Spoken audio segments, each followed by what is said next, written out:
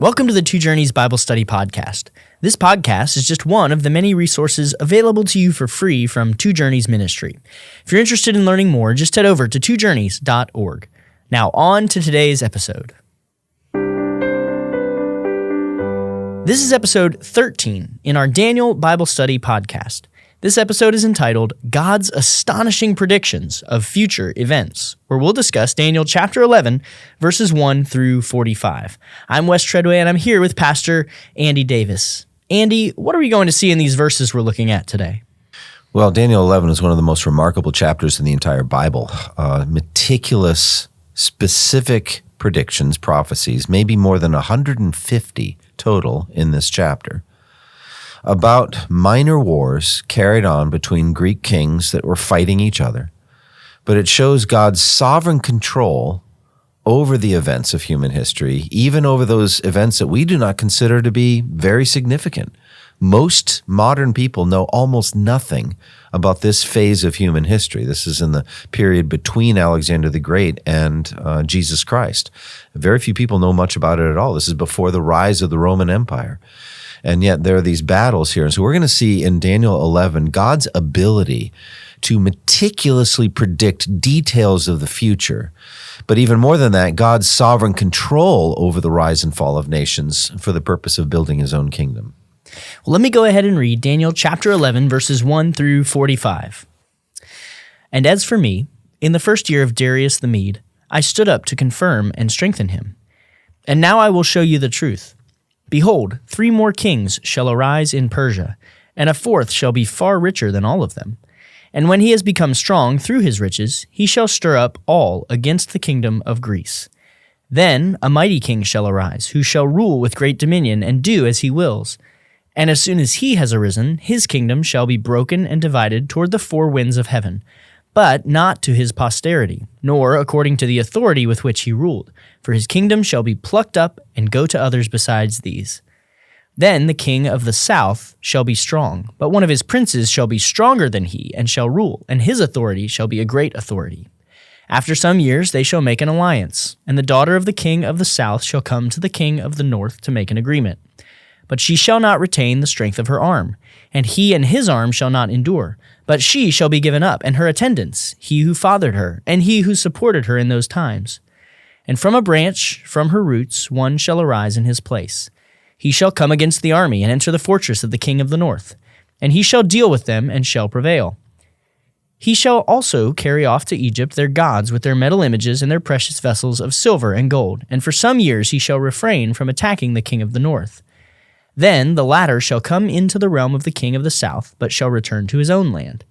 His sons shall wage war and assemble a multitude of great forces, which shall keep coming and overflow and pass through, and again shall carry the war as far as his fortress.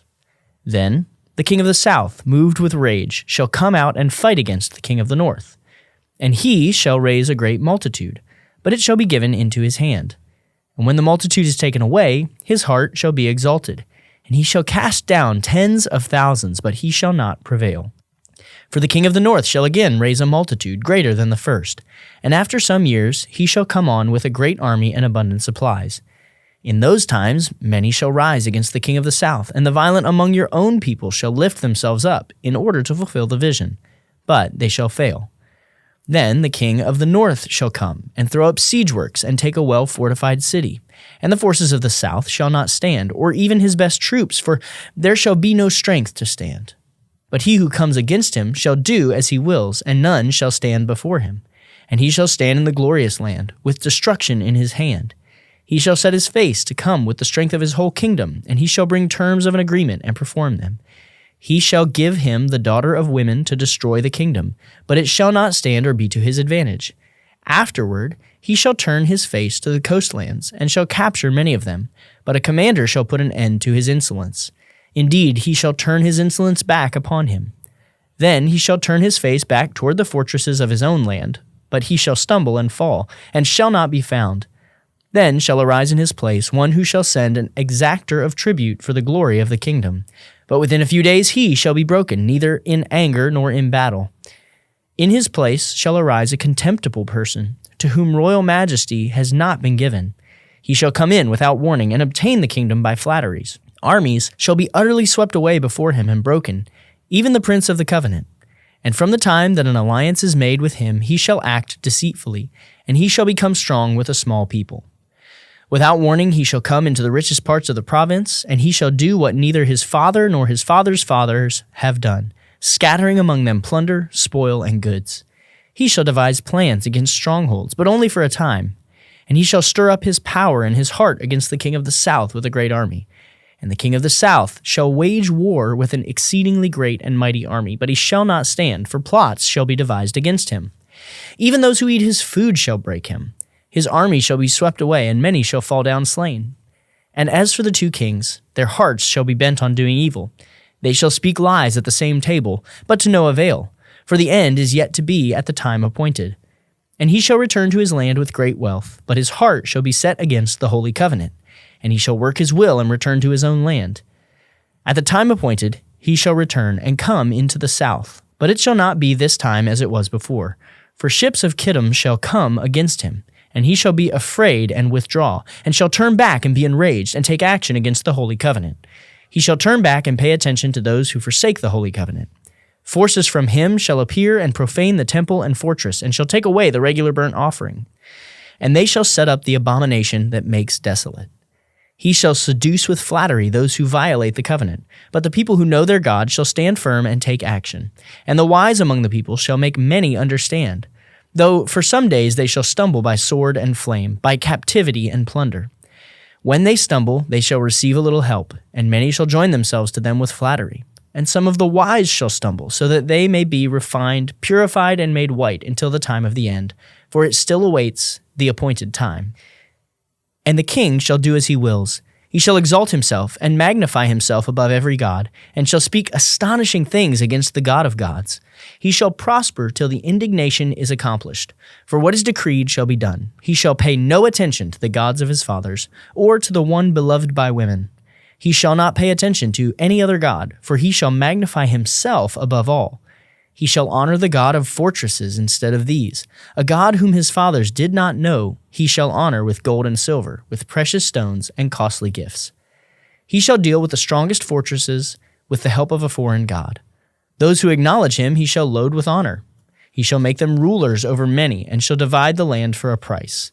At the time of the end, the king of the south shall attack him, but the king of the north shall rush upon him like a whirlwind, with chariots and horsemen and with many ships. And he shall come into countries and shall overflow and pass through. He shall come into the glorious land. And tens of thousands shall fall, but these shall be delivered out of his hand, Edom and Moab, and the main part of the Ammonites. He shall stretch out his hand against the countries, and the land of Egypt shall not escape. He shall become ruler of the treasures of gold and of silver, and all the precious things of Egypt. And the Libyans and the Cushites shall follow in his train. But news from the east and the north shall alarm him, and he shall go out with great fury to destroy and devote many to destruction. And he shall pitch his palatial tents between the sea and the glorious holy mountain. Yet he shall come to his end with none to help him. Andy, before we dig into the details of these 45 verses, I wonder if you might help us understand the big picture, the broader strokes of this passage. When you preached this before, how did you divide up this text, these 45 verses in Daniel 11? All right, so first of all, for us, the big picture is not so much what happened with a bunch of Greek kings that we know nothing about, but what it teaches us about God and his meticulous ability to predict the future. We believe in a God who knows everything before it happens and actually decrees things. So there's multiple phrases in here. The end will still come at the appointed time. So it fits into that overall picture of God as sovereign over the rise and fall of every nation, however great or small. The fact that God knows very well that we don't know the details of these kings and kingdoms actually even heightens the sense. If this is true of the little kings and kingdoms that we know very little about, how much more the great empires like the Roman Empire or others. So in terms of the overall chapter, the 45 verses breaks into four main sections. So verse 1 through 4 is from the Persian rulers to the rise and death of Alexander the Great. That's verse 1 through 4. The second section is verses 5 through 20. In the aftermath of Alexander the Great, his kingdom was divided into 4 parts. And the two that we focus on in this chapter, the kings of the north and the kings of the south, were Greek kings and their dynasties that constantly fought each other and hated each other, like the Greeks did in Greece before Philip of Macedon and Alexander unified them. They were into city-state warfare, so they used to do that. So the kings of the north were the Seleucids, Syria, and the kings of the south were the Ptolemies, based in Egypt. So that's verses 5 through 20, the back and forth between those. Then suddenly in verse 21 through 35, we have a very significant figure who comes along, who history has identified as Antiochus IV, called Epiphanes, or Manifest One, who believed he was a god in human form. So the career of Antiochus IV is laid out in verses 21 through 35. Now, I think there's a big difference, though, between this individual and then the individual spoken of in verses 36 through 45, the final Antichrist. There are aspects of what's said in that final section that just aren't true of Antiochus IV. For example, the fact that he had no reverence for the gods of his fathers. That was not true of Antiochus. He very much reverenced Hellenism and the gods of his ancestors and sought to establish Greek god worship in the temple and in other places. So that was not true of him. So this is talking about somebody yet to come. And the fact that the Apostle Paul almost word for word quotes a portion of Daniel 11 and ascribing it to the final Antichrist, I think that's who we're talking about in verses 36 through 45. Well, Andy, let's begin in verse 1. How does this connect with the end of Daniel 10 that we looked at last time we were together? So as we remember, Daniel 10 is the appearance of a heavenly warrior, an angel, who comes to bring this prophecy to Daniel. He's come and he had to battle his way through the Persian kingdom, the king of Persia, probably Satan himself, or a ruler under Satan, a demonic ruler under Satan, fights him, and then Michael has to come and help Gabriel to get the message through. And so at the very end of chapter 10, Gabriel says, I've come to give you this message to tell you about the future of your own people and what's going to happen, and I'm going to go back to my warfare against the prince of Persia and against the prince of Greece, and I'm going to be fighting in the heavenly realms, but in the meantime, I want to tell you what is written about your people in what's called the Book of Truth. And then he says, by the way, in my heavenly warfare, no one is supporting me except Michael, so the archangel Michael. And then in the first year of Darius the Mede, I took my stand, it says, to support and protect him in my translation. So that's the link. Heavenly warrior, Gabriel, has come to give this message to Daniel, and it's set in the time of Darius.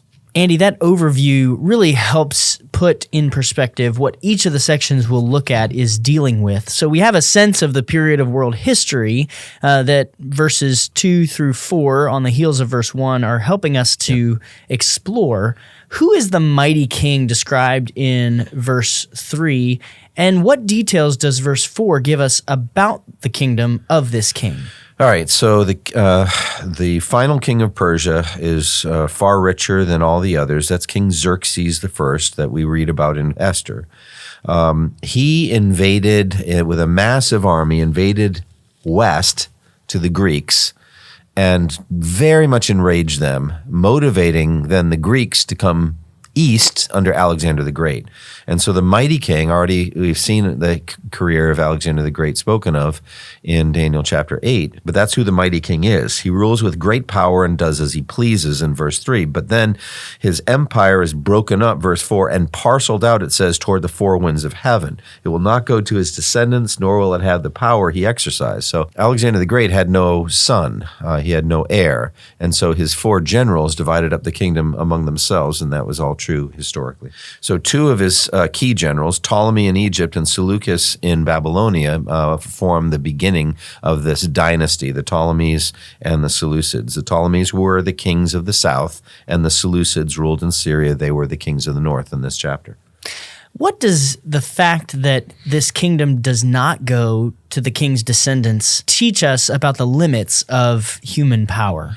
Well, it's appointed to each one of us to die once, and after that face judgment. Some have said that the statue in Daniel chapter 2 that Nebuchadnezzar saw, the feet of clay which is symbolic for a fundamental weakness in an individual. So-and-so's feet of clay is that they were an alcoholic, or they loved women. They were constantly committing adultery, or they gambled. It's a fatal weakness, a fatal flaw. But the feet of clay fundamentally refers to mortality. And the fact is, you could have a tremendously capable, mighty, wise leader, but he's going to die. And who knows whether his successor, as Ecclesiastes says, will be a wise man or a fool. And so Alexander was a tremendously capable military leader and political leader. But he dies at age 32, and nobody that followed him had anywhere near his talent. So it shows just the limits of human empires. Now, verse 5 gives us some specific details about the king of the south and his reign. And verses 5 through 20, as we've noted, describe in great detail the ebbs and flows of intrigue and military struggle between the kings of the south, or the Ptolemies, and of the north, the Seleucids. How does the struggle between the kings of the south and the north epitomize the struggle for possessions, power, authority, and land that really has existed since the time of Cain and Abel?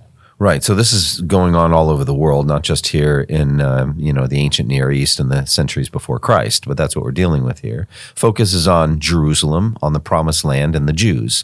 And these are Greek kings that are battling it back and forth over the Jews and over their Promised Land. All right. So this is after the exile to Babylon and the restoration of the people back into the Promised Land after the time of Ezra and Nehemiah and all that. So the Jews are living in their land. They've rebuilt their city. They rebuilt the temple, and then along come the Greeks, and they're ruling. And so that's why we're focused on it. And now the details, as I said, they won't mean anything to you if you don't have a good ancient Near Eastern history account.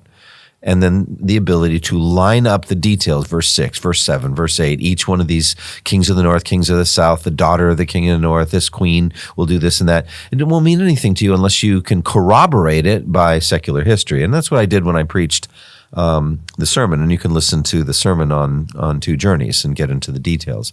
But what it shows is just the lust of the eyes, lust of the flesh, the pride of life. This is what motivates all pagan kings, all worldly kings, their lust for power and pleasure, and their jealousy of each other, and then their vindictiveness and the rage that comes on, and when you lose a battle and you want to come back and raise another army and fight again and all that. And that's what we see happening in verses 5 through 20. It really is fascinating, as you mentioned at the outset, the number of predictions that flow in these verses. Again and again, we read will or shall, this language of certainty about these things taking place. And it is just remarkable what is happening in chapter 11 here. Right. The word will in English language is a prediction. It's a statement of the future. I will do this tomorrow. I will go here. I will go there. James says we ought to say, if the Lord wills, we will live and do this or that. But it's different, though, when it comes to God, because he knows the future and he decrees things. And we counted 122 appearances of the word will in my translation of Daniel 11. 122. I myself have gone through, and in verses 1 through 35 have traced out 135 specific predictions. And then there are more to come after that. Concerning the final Antichrist. And so I would say easily over 150 specific predictions. This is God flexing his prophetic muscles, saying, I can do this all day long. He could have done this for the rise of Genghis Khan and the Mongol Empire. He could have done it anywhere on earth. He could have talked about the various dynasties in China, the Ming dynasty or the Ying dynasty or any of these others, the Han that rose in power, all of that. Things we don't know anything about. God knows everything.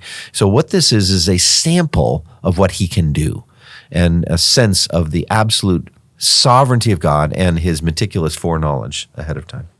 So after this detailed account of the ebb and flow of the back and forth between the kings of the south and the kings of the north, who is the contemptible person described in verses 21 and 26, and why is he described this way? This is Antiochus IV, who called himself Epiphanes, or Manifest One, who, like Alexander the Great, believed he was an incarnation of a Greek god. And so he is particularly noteworthy because of his hatred for the Jewish religion, his hatred of the God of the Jews, and his desire to defile the temple and to seize it for his vision of Hellenism, of the Greek gods and goddesses.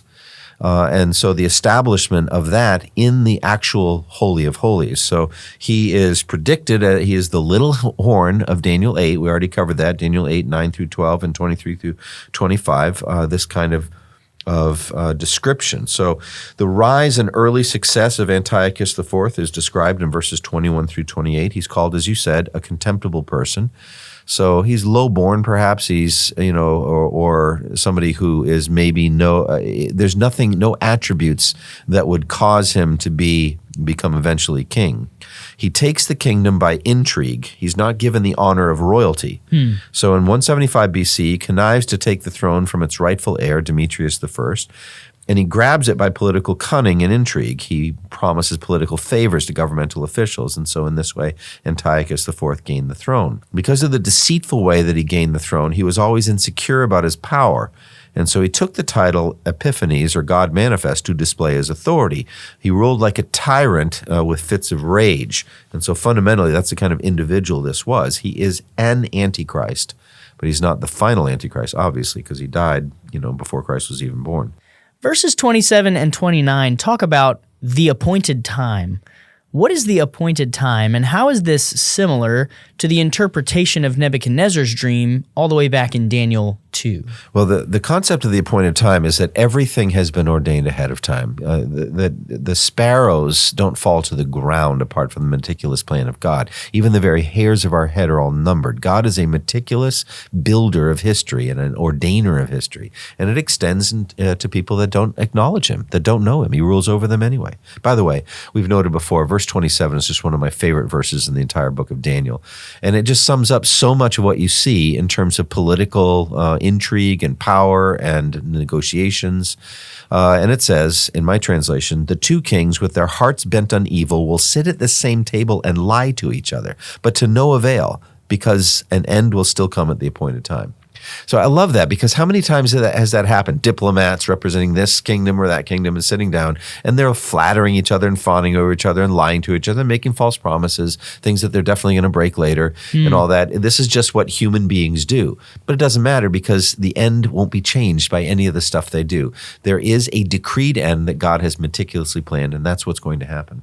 As it says also in Proverbs, many are the purposes of a man's heart, but it is the Lord's purpose that prevails. Andy, you highlighted that same verse as you've been preaching through the Gospel of Mark, and we think about the plans of the religious rulers to prevent Jesus from being crucified during the feast, the exact time when it would take place according to God's plan and purpose. So this here is just another example of that idea that God is sovereignly ruling over these things, and things will happen at their appointed time according to God's purposes. Yeah. What is the covenant in verses 30 through 32, and what happens to those who resist the contemptible man in the verses that follow? So Antiochus IV was fanatically committed to Hellenism, to Greek culture. That included the pantheon, which is the sum total of all the Greek gods and goddesses. And so fundamentally, he especially honored Zeus, the king of the gods.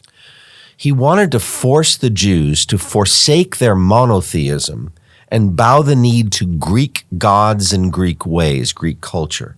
And so he vents in verse 30 his fury against the Holy Covenant. That is the Old Covenant, the Mosaic Covenant. That includes animal sacrifice, which was at the center of the Mosaic Covenant. And so, again, verse 30, he will return and show favor to those who forsake the Holy Covenant. So these are traitor Jews that cross over into Hellenism just to curry his favor.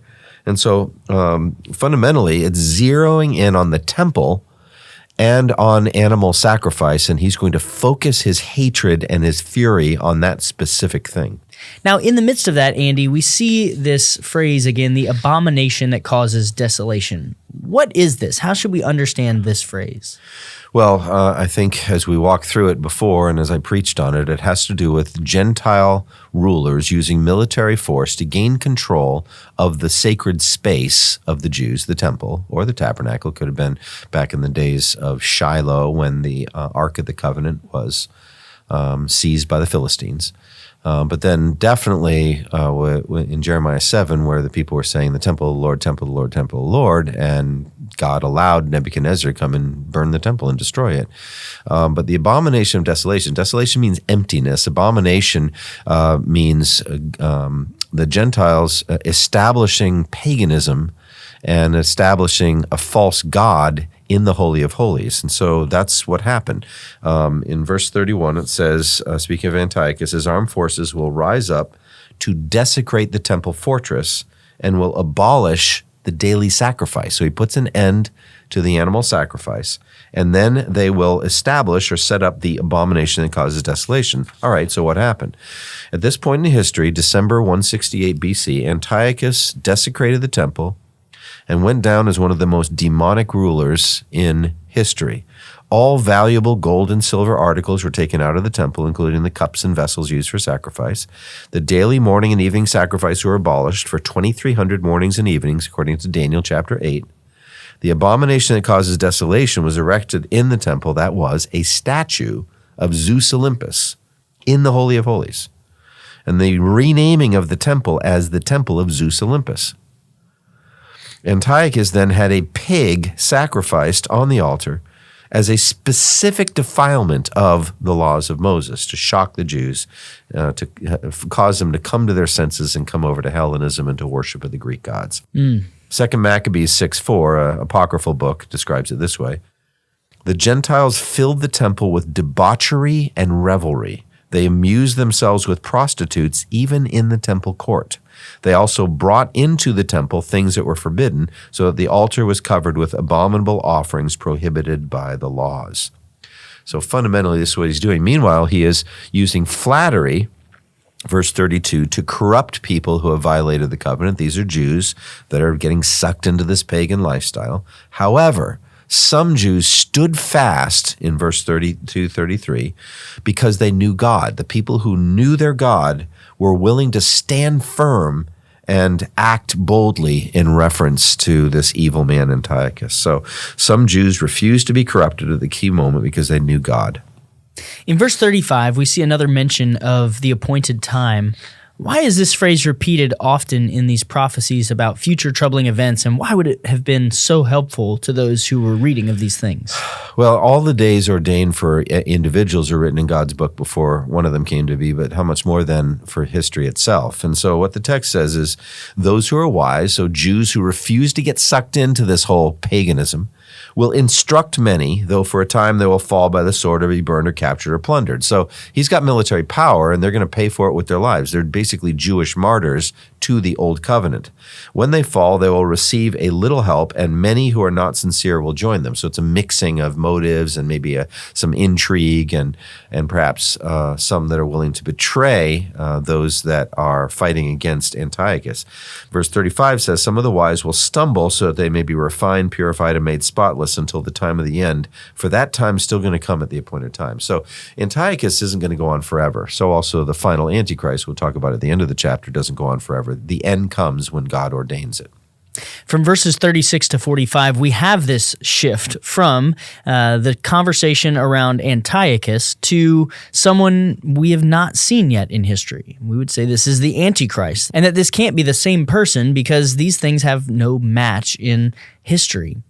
If this is the Antichrist, how is God's sovereignty on display in this passage? First of all, there's some key statements made about this individual, this king who comes up in verse 36.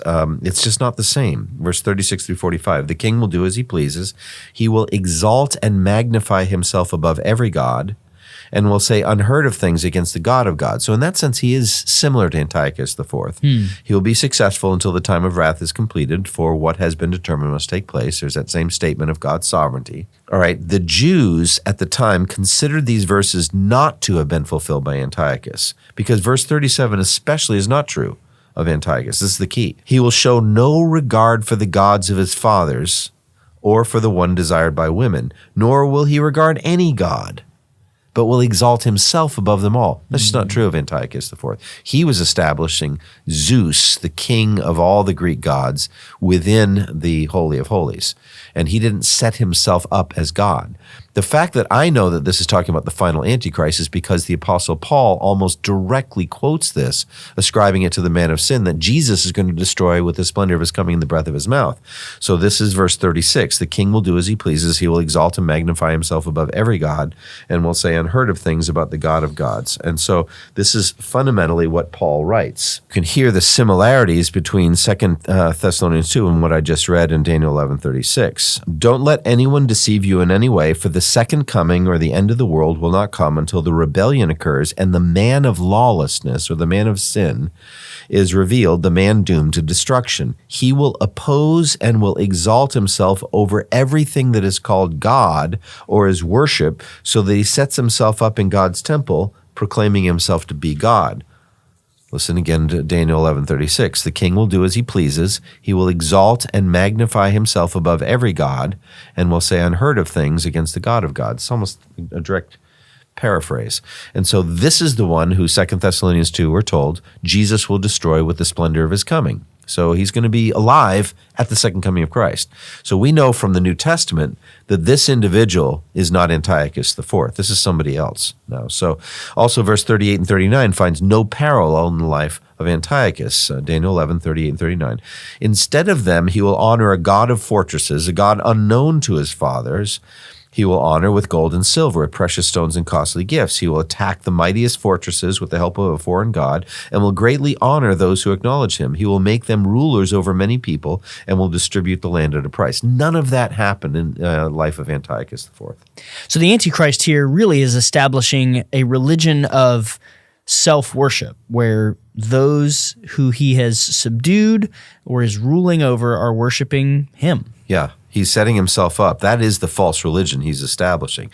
Then verses 40 through 45, again, find no parallel in the life of Antiochus. Antiochus never fought against the king of the south at the king of the south's initiative, nor did Antiochus ever use a great fleet of ships to fight against the king of the south. Verses 36 through 45 are speaking of an end-time king similar to Antiochus, but different. This is, we believe, the final Antichrist that 1 John 2 speaks of. You've heard that Antichrist is coming, and even now many Antichrists have come. I think it's the same little horn of Daniel 7, and also it is the beast from the sea of Revelation 13, whom Jesus will destroy with his second coming. The Antichrist, the one world ruler.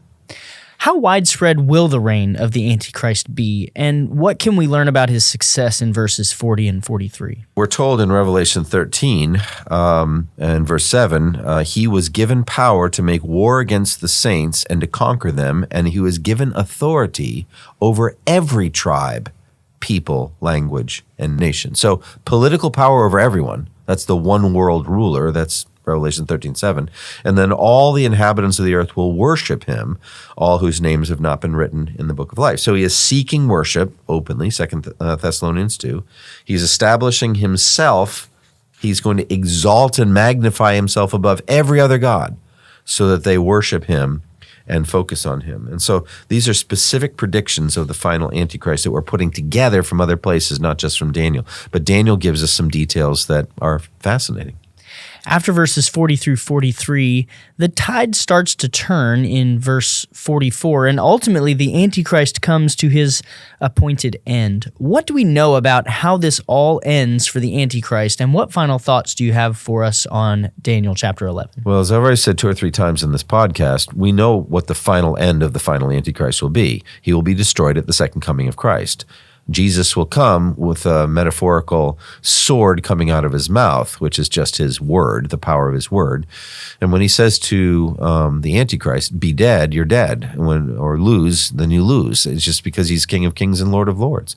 And so I believe the final outcome will be military. The Antichrist will mobilize his forces to persecute the saints, believers, probably Jewish converts at that point, because all Israel will be saved. So after he destroys the temple and puts an end to animal sacrifice, they have nothing left to live for in terms of the animal sacrificial system, and they turn to Christ. And I think that's the fulfillment of the prediction, all Israel will be saved. And Romans 11.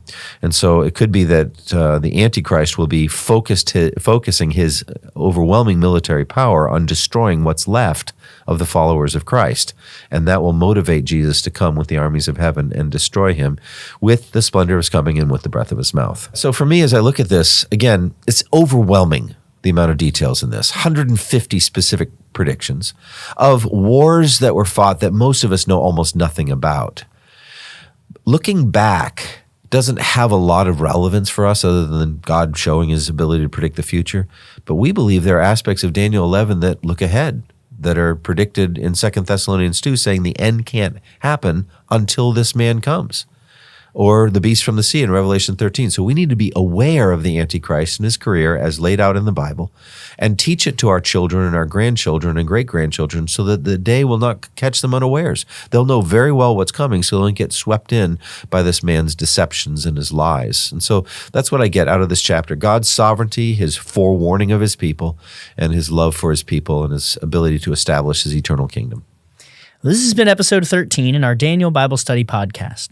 We want to invite you to join us next time for episode 14, entitled The End of All Things, where we'll discuss Daniel chapter 12, verses 1 through 13.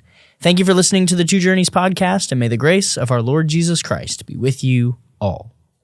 Thank you for listening to this resource from twojourneys.org. Feel free to use and share this content to spread the knowledge of God and build his kingdom. Only we ask that you do so for non-commercial purposes and in accordance with the copyright policy found at twojourneys.org. Two Journeys exists to help Christians make progress in the two journeys of the Christian life, the internal journey of sanctification and the external journey of gospel advancement. We do this by exporting biblical teaching for the good of Christ's church and for the glory of God.